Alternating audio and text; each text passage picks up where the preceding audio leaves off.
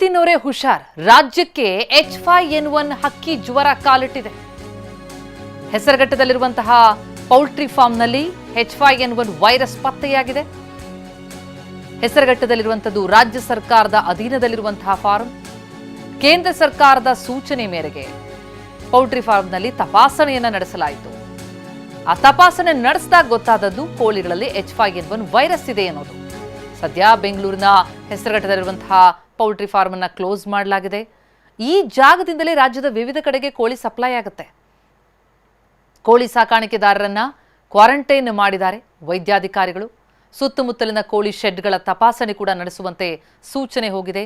ಪಶು ವೈದ್ಯಾಧಿಕಾರಿಗಳಿಗೆ ರಾಜ್ಯ ಸರ್ಕಾರ ಸೂಚನೆಯನ್ನ ಕೊಟ್ಟಿದೆ. ಕೋಳಿ ಸಾಕಾಣಿಕೆ, ಕೋಳಿ ಅಂಗಡಿಗಳಲ್ಲೂ ಕೂಡ ತಪಾಸಣೆ ನಡೆಸಬೇಕು ಎನ್ನುವ ಸೂಚನೆ ಹೋಗಿದೆ. ಪಶು ವೈದ್ಯಾಧಿಕಾರಿಗಳಿಂದ ಸುತ್ತಮುತ್ತಲಿನ ಗ್ರಾಮ ಪಂಚಾಯಿತಿಗೂ ಕೂಡ ನೋಟಿಸ್ ಕೊಡಲಾಗಿದೆ. ಬಿಸಿಲಿನ ತಾಪದ ಹಿನ್ನೆಲೆಯಲ್ಲಿ ಕೋಳಿಗಳಲ್ಲಿ H5N1 ಕಾಣಿಸಿಕೊಳ್ತಾ ಇದೆ. ಕೆಸಿಎ ಸದಸ್ಯನಿಂದಲೇ IPL ಪಂದ್ಯದ ಬ್ಲಾಕ್ ಟಿಕೆಟ್ ದಂಧೆ.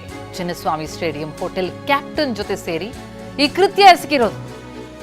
ಬೆಂಗಳೂರು ಸಿಸಿಬಿ ಮಾಸ್ಟರ್ ಸ್ಟ್ರೋಕ್ಗೆ ದಂಧೆ ಬಯಲಾಯಿತು. ಸಿಸಿಬಿ ಪೊಲೀಸರು ಡಿಸಿಬಿ ಹರಿಬಾಬು ಅವರ ನೇತೃತ್ವದಲ್ಲಿ ಕಾರ್ಯಾಚರಣೆಯನ್ನು ನಡೆಸಿದ್ರು.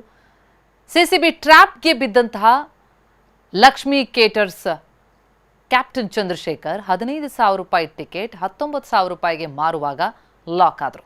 ವಿಚಾರಣೆ ವೇಳೆ ಕೆಎಸ್ಸಿಎ ಸದಸ್ಯ ಗಣೇಶ್ ಹರಿಕೇಶ್ ಹೆಸರು ಬಯಲಿಗೆ ಬಂದಿದೆ. ಗಣೇಶ್ ಜೊತೆ ಸೇರಿ ಹೆಚ್ಚಿನ ಬೆಲೆಗೆ ಟಿಕೆಟ್ ಮಾರಿದ್ದಾಗಿ ಹೇಳಿಕೆ ಕೊಟ್ಟಿದ್ದಾರೆ.